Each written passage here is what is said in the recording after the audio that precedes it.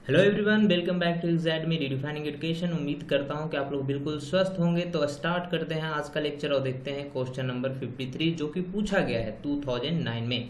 Question क्या बोल रहा है? A paint factory produces both interior and exterior paint from the two raw materials M1 and M2। तो दो रॉ मटेरियल है M1 M2, इससे दो प्रोडक्ट हम लोग प्रोड्यूस कर रहे हैं। कौन कौन सा? Interior paint and exterior paint. ठीक है, आपको बता दिया गया कि बेसिक डाटा जो हम लोग को लग रहा है वो आपको यहाँ पे टेबल के फॉर्म में आपको दे दिया गया है। Raw material M1, raw material M2 और प्रॉफिट कितना हो रहा है इन 1000 वो आपको दे दिया गया है। एक्सटीरियर पेंट में कितना हो रहा है हमें पर टन, और इंटीरियर पेंट में पर टन ऑफ पेंट हमको कितना 1000 रुपीज़ का हमको प्रॉफिट हो रहा है। हमारे पास दिया हुआ है मैक्सिमम अवेलेबिलिटी पर डे। जैसे रॉ मटेरियल M1 है उसको हम लोग कितना यूज कर सकते हैं? मैक्सिमम 24, क्योंकि हमारे पास पर डे 24 टन से ज़्यादा हमारे पास अवेलेबिलिटी नहीं है। वैसे ही रॉ मटेरियल M2 के लिए 6 टन से ज़्यादा हमारे पास अवेलेबिलिटी नहीं है। मतलब कि आप चाहे 6 टन यूज कर सकते हैं या फिर उससे कम, उससे ज़्यादा आप यूज नहीं कर सकते क्योंकि हमारे पास उससे ज़्यादा है नहीं क्षमता। ठीक है, आपको बताया गया है कि एक्सटीरियर पॉइंट में जो लगता है रॉ मटेरियल M1 उसका अमाउंट कितना है? वो है 6 टन पर टन ऑफ जो पेंट हमारा प्रोडक्शन हो रहा है वो टन्स में कितना यूज हो रहा है रॉ मटेरियल का। ठीक है, तो ये आपको दे दिया गया है। अब बोल रहा है कि a market survey indicates that the daily demand interior paint can not exceed that of the exterior paint by more than 1 ton. मतलब कि जो इंटीरियर जो हमारा पेंट बन रहा है उसका demand exterior paint plus 1 ton से ज़्यादा नहीं हो सकता है। ठीक है, या तो एक्सटीरियर पेंट प्लस 1 टन के बराबर हो सकता है या फिर उससे कम। ठीक है, the maximum daily demand of interior paint is 2 ton. मतलब कि जो मैक्सिमम जो हमारा डिमांड हो सकता है इंटीरियर के लिए वो भी आपको दे दिया गया है कि 2 टन से ज़्यादा आपका वो नहीं होगा। The factory wants to determine the optimum product mixture of interior and exterior paint that maximizes daily profits। तो आपको पता होगा कोई भी अगर हो फैक्ट्री, कोई भी इंस्टीट्यूशन हो, उसका मेन मोटिव क्या होता है? कोई भी प्राइवेट ले लें, सरकारी ले लें, किसी में भी उनका मोटिव यही होता है कि वो मैक्सिमम से मैक्सिमम अमाउंट ऑफ प्रॉफिट वो कमा सके, और वही यहाँ पे भी वो चाह रहा है। उसके बाद बोला गया है कि फॉर्मुलेट कीजिए linear programming problem for this situation. तो पहले क्या करना है?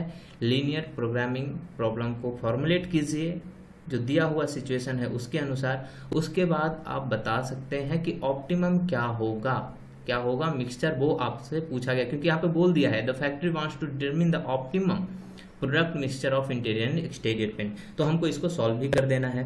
तो देखते हैं कि इसको सॉल्यूशन कैसे करेंगे, लेकिन उससे पहले कैसे हम लीनियर प्रोग्रामिंग का प्रॉब्लम को इसको हम लोग फॉर्म कर सकते हैं। ठीक है, तो जो क्वेश्चन में दिया हुआ था हम लोगों ने उसी को यहाँ पे लिख दिया है। प्रॉफिट पर टन कितना हो रहा है इसको एक्सटीरियर में हो रहा था 5000, क्योंकि 1000 में दिया हुआ था, यहाँ पे 5 था, तो हम लोगों ने इसको लिख दिया है 5000 रुपीज़। राइट, इंटीरियर में कितना हो रहा था? वो था 4000 रुपीज़, तो उसको हम लोगों ने यहाँ पे प्रॉफिट में लिख दिया। रॉ मटेरियल M1 और M2 इसकी अवेलेबिलिटी कितनी थी पर डे? 24। इसकी कितनी थी M2 की? वो थी 6। एक्सटीरियर पेंट में जो मटेरियल लग रहा था M1 का वो कितना लग रहा था? 6, और M2 का लग रहा था 1। सिमिलरली इंटीरियर में इसका 4 लग रहा था M1 का, और इसका लग रहा था 2। राइट, तो ये तो हमारा हो गया डाटा। अब क्या करते हैं हम लोग? मान लेते हैं, क्योंकि हमको पता क्या करना है कि एक्सटीरियर कितना बनाना है पेंट और इंटीरियर, तो हमको वेरिएबल भी इन्हीं दो क्वांटिटी के टर्म्स में लेना पड़ेगा। ठीक है, तो एक्सटीरियर को इसको हम लोग मान लेते हैं X1। हम लोग मानते हैं कि X1 का प्रोडक्शन हम लोग अगर करते हैं X1 क्वांटिटी का तो मैक्सिमम हम प्रॉफिट कमा सकते हैं। वैसे ही इंटीरियर के लिए हम लोग मान लेते हैं कि X2 अगर अमाउंट हम लोग क्वांटिटी प्रोड्यूस करते हैं इंटीरियर का तो हम लोग मैक्सिमम जो होगा प्रॉफिट वो कमा सकते हैं। ठीक है, तो ये तो हो गया यहाँ तक। अब क्या बोल रहा है क्वेश्चन के अनुसार वो हम लोग समझने की कोशिश करते हैं। तो जैसा कि मैंने बोला कि मान लेते हैं कि quantity of exterior paints per day हम लोग X1 मान रहे हैं टन्स पर डे में। वैसे ही quantity of interior paints per day जो टन में है वो हम लोगों ने मान लिया x2, जो मैंने ऊपर डिस्कस किया भाई यहाँ पे लिखा मैंने। अब अकॉर्डिंग टू क्वेश्चन क्या बोल रहा था कि क्वेश्चन में ये बोल रहा था, जैसे देखिए यहाँ पे क्या था, प्रॉफिट तो यही है, तो प्रॉफिट का अगर फॉर्मुलेशन करेंगे, प्रॉफिट का जो फंक्शन होगा ऑब्जेक्टिव फंक्शन, वो क्या हो जाएगा 5000 into x1 plus 4000 into x2। तो उसको हम लोगों ने यहाँ पे लिख दिया है z इक्वल्स टू, जो प्रॉफिट है उसको लिख दिया z equals to 5000 x1 plus 4000 x2, right. तो ये हो गया हमारा ऑब्जेक्टिव फंक्शन, राइट, ये हो गया प्रॉफिट फंक्शन। उसके बाद क्या बोल रहा है कि आप यहाँ पे देखिए इंटीरियर प्लस एक्सटीरियर कितना यूज कर सकते हो, तो ये हो गया 6x1 प्लस 4x2, और ये ज्यादा से ज्यादा आप कितना यूज कर सकते हो, कितना हो सकता है ये 24, मतलब कि मैक्सिमम ये दिया हुआ है, तो या तो हम लोग मैक्सिमम यूज कर सकते हैं या फिर उससे कम। तो उसको हम लोगों ने यहाँ पे फॉर्मुलेट कर दिया, 6x1 plus 4x2 should be less than or equal to 24। उसके बाद फिर क्वेश्चन में बोल रहा है कि सेकंड वाला मटेरियल के केस में ये हो जाएगा कितना, x1 plus 2x2 should be less than or equal to 6। तो वो हम लोगों ने यहाँ पे फिर से एक लिख दिया है। तो यहाँ पे देखिए दो हम लोगों ने ये क्वेश्चन के अनुसार लिखा। अब देखिए सर्वे हम लोगों ने किया था, सर्वे करने के बाद वो जो बोल रहा था वो हम लोग समझते हैं। उन्होंने बोला था कि जो इंटीरियर है, जो इंटीरियर पेंट हम लोग बना रहे हैं, उसका क्वांटिटी एक्सटीरियर प्लस 1 टन से ज्यादा नहीं होना चाहिए। तो हमारा इंटीरियर क्या था x2, x1 हमारा क्या इंडिकेट कर रहा है एक्सटीरियर का, तो हमारा ये हो गया x1 प्लस 1, और इससे छोटा होना चाहिए, इससे कम होना चाहिए x2। इसको दूसरे फॉर्म में अगर हम लोग कन्वर्ट करते हैं तो क्या करेंगे, इस x1 को इस तरफ लेके आएंगे तो ये निगेटिव हो जाएगा, तो ये हो जाएगा -x1 plus x2 should be less than or equal to 1। यहाँ तक क्लियर है। साथ ही साथ ये बोल रहा था कि जो डिमांड है इंटीरियर पेंट का वो 2 से ज्यादा नहीं है, मैक्सिमम कितना था 2 टन था। तो हम लोगों ने ये भी यहाँ पे लिस्ट कर दिया, ठीक है, कि ये x2 हमारा होना चाहिए less than or equal to 2। अब देखिए क्वांटिटी हम लोग प्रोड्यूस कर रहे हैं x1 और x2, तो ये कभी निगेटिव नहीं हो सकता है, या तो हम लोग 0 कर सकते हैं या फिर 0 से ज्यादा। तो वही हम लोगों ने यहाँ पे लिखा है कि x1, x2 हमेशा होगा greater than or equal to 0। क्यों? क्योंकि आप क्वांटिटी कभी भी निगेटिव में प्रोड्यूस नहीं कर सकते हैं, ठीक है। तो ये हो गए हमारे पास जो भी हमारा दिया हुआ था सर्वे के अनुसार और क्वेश्चन के अनुसार। अब लीनियर प्रोग्रामिंग फॉर्मुलेशन करेंगे, तो ऑब्जेक्टिव फंक्शन क्या था, प्रॉफिट वाला, और उसको करना क्या था, मैक्सिमाइज, राइट। प्रॉफिट को मैक्सिमाइज करना था, तो हम लोगों ने लिख दिया maximise z equals to 5000 x1 plus 4000 x2। ये हो गया हमारा objective function. Subjected to constraint कौन कौन से हो गए, अकॉर्डिंग टू क्वेश्चन हमारे पास 2 थे, और अकॉर्डिंग टू हमारे जो सर्वे थे उसके अनुसार भी हमारे पास 2 थे, तो टोटल हो गए 4। कौन कौन से थे, 6x1 plus 4x2 should be less than or equal to 24, क्योंकि 24 टन से ज्यादा हमारे पास डेली अवेलेबिलिटी नहीं थी, राइट, M1 की। Similarly x1 plus 2x2 should be less than or equal to 6, जो हमारा सर्वे था उसके अनुसार आया था -x1 plus x2 should be less than or equal to 1 and x2 should be less than or equal to 2। और ये जो हमारे पास तो हम लोगों ने डिस्कस किया, ये आपको पता है, x1, x2 should be greater than or equal to 0। ये हो गया हमारे पास फॉर्मुलेशन किसका, लीनियर प्रोग्रामिंग का, ठीक है। अगर यहीं तक पूछता कि आप इस सिचुएशन के लिए लीनियर प्रोग्रामिंग को फॉर्मुलेट कीजिए, तो आपका आंसर मात्र यहीं तक हो जाता। लेकिन उसने बोला है क्वेश्चन में कि वो जो फैक्ट्री वाला है वो भी ऑप्टिमम मिक्सचर वो फाइंड आउट करना चाहता है, तो इसके लिए हमको इसको सॉल्यूशन करना पड़ेगा। इसके लिए हम लोग क्या कर रहे हैं, सिंप्लेक्स मेथड का यूज कर रहे हैं। तो इसको हम लोग क्या करेंगे, कन्वर्ट करेंगे स्टैंडर्ड फॉर्म में, क्योंकि ये हमारा क्या है, नॉर्मल फॉर्म। इसको क्या बोलते हैं, इसको बोलते हैं हम लोग नॉर्मल फॉर्म, राइट। अब क्या करेंगे, हम लोग इसको कन्वर्ट करते हैं स्टैंडर्ड फॉर्म में। तो स्टैंडर्ड फॉर्म में करने के लिए हमको करना क्या होता है, हमको ये देखना होता है कि क्या ये मैक्सिमाइजेशन का है या मिनिमाइजेशन का है। उसके बाद हम लोग देखते हैं कि क्या हमारा कंस्ट्रेंट किस नेचर का है, मतलब कि किस नेचर का हमारा कंस्ट्रेंट है, less than or equal to और ग्रेटर देन इक्वल टू का। तो यहाँ पे चारों के चारों less than or equal to का है, इसलिए हम लोगों को हर एक कंस्ट्रेंट के लिए एक एक स्लैक वेरिएबल को इंट्रोड्यूस कराना पड़ेगा। 4 कंस्ट्रेंट है, 4 हमारे पास स्लैक वेरिएबल्स आएंगे, तो उसको हम लोगों ने यहाँ पे लिख दिया है S1, S2, S3 और S4, ठीक है। यहाँ पे हम लोगों ने 4 लिख दिए हैं। Maximise z equals to 5000 x1 plus 4000 x2 plus 0s1 plus 0s2 plus 0s3 plus 0s4। तो ये हो गया हमारा स्टैंडर्ड फॉर्म में प्रॉफिट फंक्शन का हमारा जो मॉडिफिकेशन। अब क्या करते हैं, कंस्ट्रेंट को मॉडिफाई करते हैं। तो कंस्ट्रेंट में पहले में हम लोगों ने लिख दिया है S1, सेकंड के लिए S2 लेके चला, थर्ड के लिए S3 और फोर्थ वाला जो था उसके लिए S4 लेके चला है। तो ये हो गया मॉडिफाइड फॉर्म, जिसको हम लोगों ने बोला स्टैंडर्ड फॉर्म।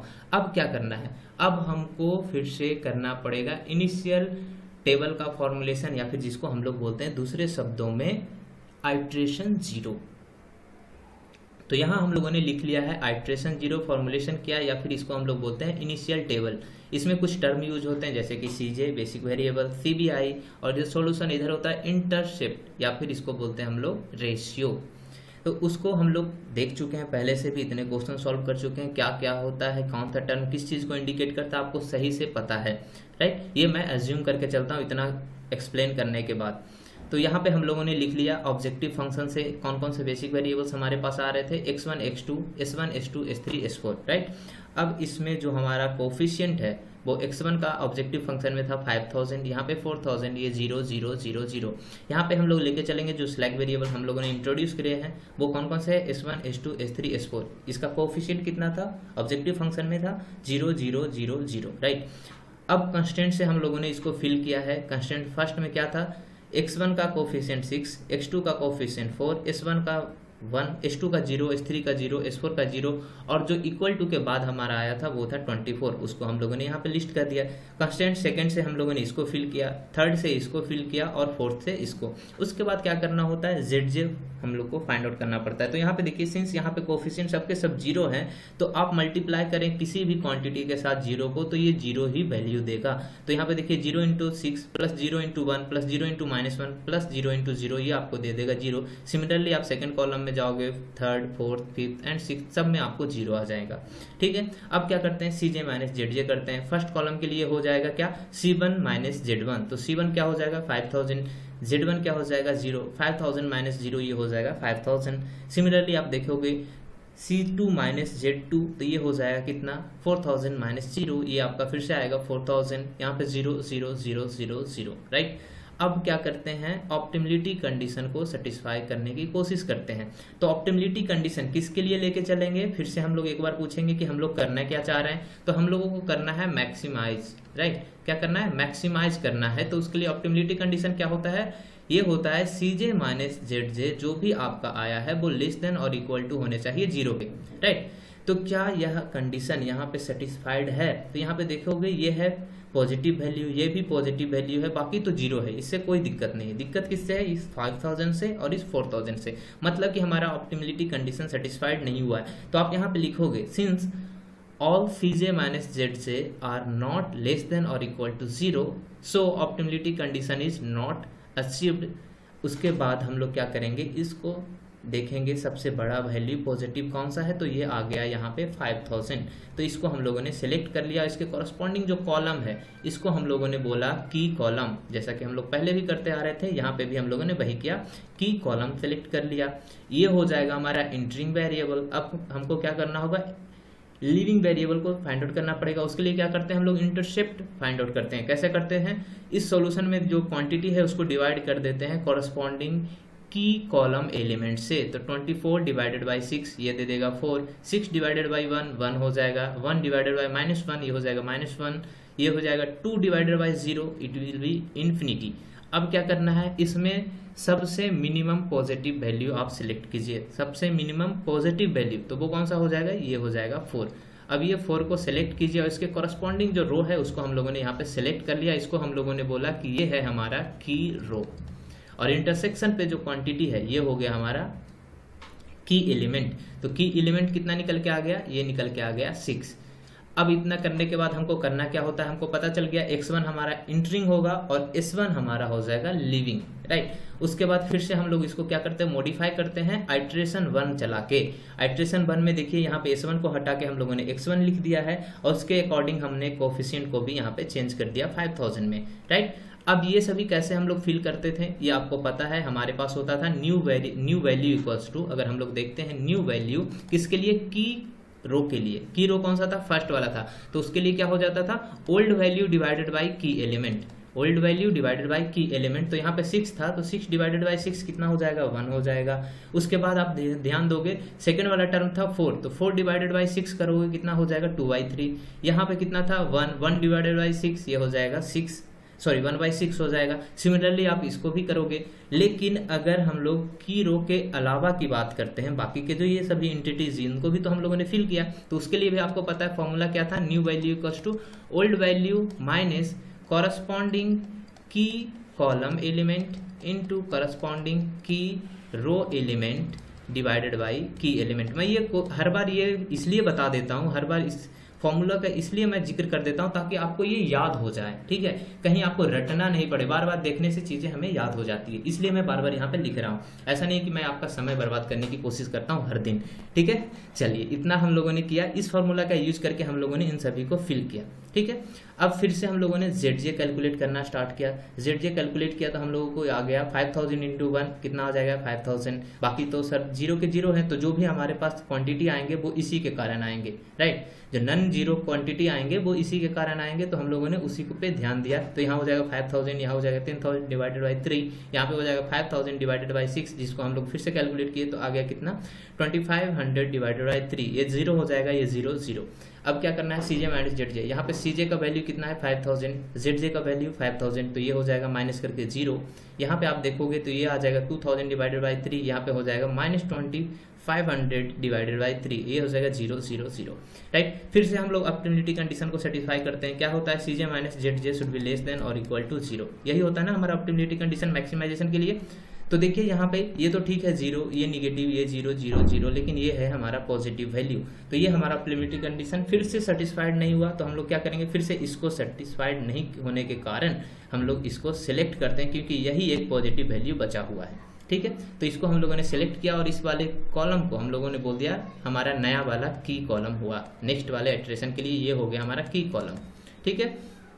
अब फिर से इंटरसेप्ट फाइंड आउट करना स्टार्ट किया हम लोगों ने, तो ये हो जाएगा 4 डिवाइडेड बाई 2/3, तो ये हो जाएगा कितना, ये हो जाएगा आपका 6, ठीक है। सिमिलरली आप सेकंड वाले के लिए निकालोगे, ये आएगा आपका 1.5, थर्ड 3 आएगा एंड फोर्थ आएगा 2।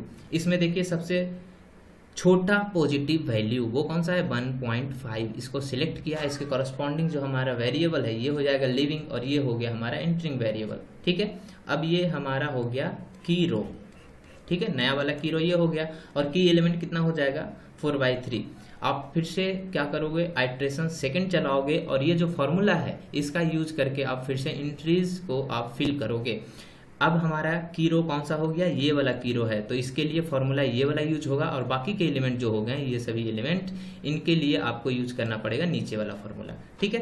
तो आइट्रेशन सेकंड हम लोगों ने चलाया। आइट्रेशन सेकंड करने के बाद देखिए हमारा x1 तो पहले से था, x2 को हम लोगों ने एंट्री करवाया और h2 को हम लोगों ने लीव करवाया, ठीक है। अब जब हम लोगों ने कैलकुलेट किया सारा value ZJ CJ minus ZJ, तो देखिए यहाँ पे आ गया 0 0 माइनस ये निगेटिव वैल्यू आ गया, ये भी निगेटिव वैल्यू आ गया, ये 0 0। तो अब देखिए क्या CJ माइनस ZJ सभी के सभी CJ minus ZJ less than or equal to 0 हैं। तो यहाँ पे हम लोग देख सकते हैं कि बिल्कुल ये सेटिस्फाइड हो चुका है। CJ माइनस ZJ जो भी वैल्यू है या तो 0 है या फिर 0 से कम है, ठीक है, क्योंकि ये निगेटिव साइन के साथ है। तो आप यहाँ पे लिखोगे since all CJ minus ZJ are less than or equal to 0, so optimality condition is satisfied, so our optimum value is achieved। क्या हो जाएगा, ऑप्टिमलिटी हमारा अचीव्ड हो गया। अब बताइए ऑप्टिमम वैल्यूज कितने आए हैं, तो ये देखना पड़ेगा हमको सॉल्यूशन में।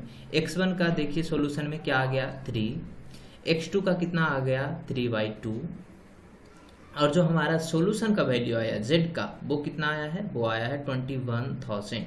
तो ये हो गया मैक्सिमम वैल्यू कितना 21,000 रुपीज़। कब, जब हम लोगों ने एक्सटीरियर 3 टन्स प्रोड्यूस किए और इंटीरियर 3/2 टन्स प्रोड्यूस किए। तो आप वहाँ पे लिखोगे, आगे आपको लिखना पड़ेगा कि आपका कहाँ पे मिला है। तो आप लिखोगे since our optimality is achieved, लेकिन कहाँ पे, एट क्या लिखोगे यहाँ पे, मैं इसको ऊपर कर दे रहा हूँ, at x1 equals to 3 and x2 equals to 3/2। अब what will be the maximum value of this rupees, तो ये हो जाएगा 21,000 रुपीज। ये हमारा हो गया maximum profit.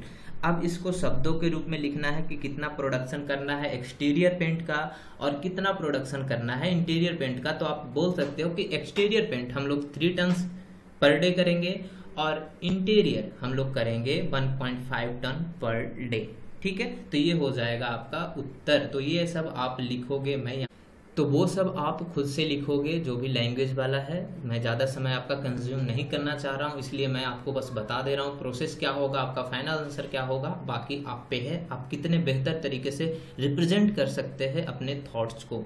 Thank you for watching, have a good day, bye bye and take care and don't forget to hit the like button and also share the videos. Thank you.